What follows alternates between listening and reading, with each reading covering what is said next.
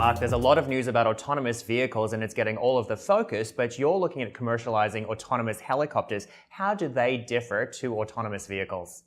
The fundamental problem with transportation right now is that our infrastructure hasn't evolved in decades. And finding better ways to get around on the ground is interesting, but it doesn't solve the basic problem of how we get to work. And the interesting thing is that one helicopter, which is what we're using today, is capable of taking off the road as many as 12 cars. And so for us, this is an infrastructure independent mode of transportation that we see as scaling with the increasing needs of the broader population. So you're doing something a little bit different. You're using existing helicopters instead of building the product from scratch. Why go that route, and how does the technology specifically work? Building on an existing airframe that's already proven with many hours of flight allows us to focus on the technology that lessens the cognitive load on the pilot today, and one day into the future could take the pilot out of the aircraft.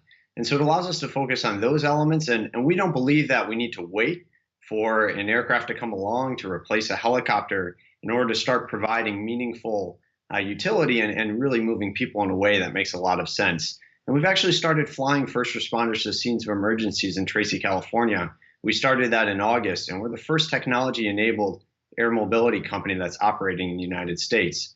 And very soon we'll start moving consumers. So a person could actually get to and from work using our technology-enabled aircraft. But how do you make that work exactly? Because we've got to consider regulations, we've got to consider, something as simple as drones. They haven't even worked out drones and flying drones at the moment.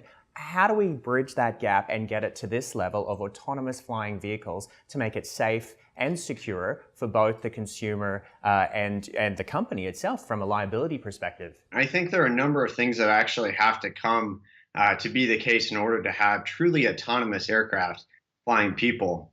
Certainly there's a technical element, which is we need something that is safe and reliable and capable of a very, very high level at that. We do need the regulatory body to have standards written so that we can approve things like self-flying aircraft. And then, of course, the broader population. We need to be in a place where we're comfortable with this type of service. So I think this is something that's going to happen very gradually. And for us, our intention is not to pull the pilot out of the aircraft anytime soon, but it's to begin to build the building blocks that could one day get the technology ready. So when those other elements are at the point where regulators are ready to have self-flying aircraft and the consumer is ready for it as well, the technology will be right there with them. But how do we then prevent having congestion in the air with these added extra services? The third dimension really is just so vast. As soon as you get off the ground, the volume of space is really, really significant.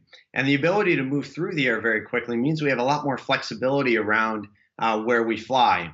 And so a key piece of our approach, and anyone within this technology space I know is thinking about this, we have to be extremely thoughtful about where these aircraft fly and where they take off and land. How do you ensure that you have the right price point? Because I imagine this could be quite expensive.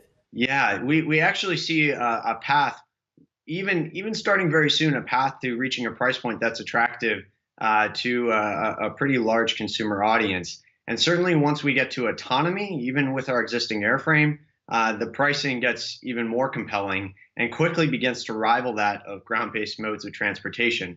And for us, that's what gets me really excited. When we start to see numbers that are showing that air transportation could in fact be on par with or perhaps even cheaper than ground-based modes of transportation at some point in the future, that gets really, really interesting.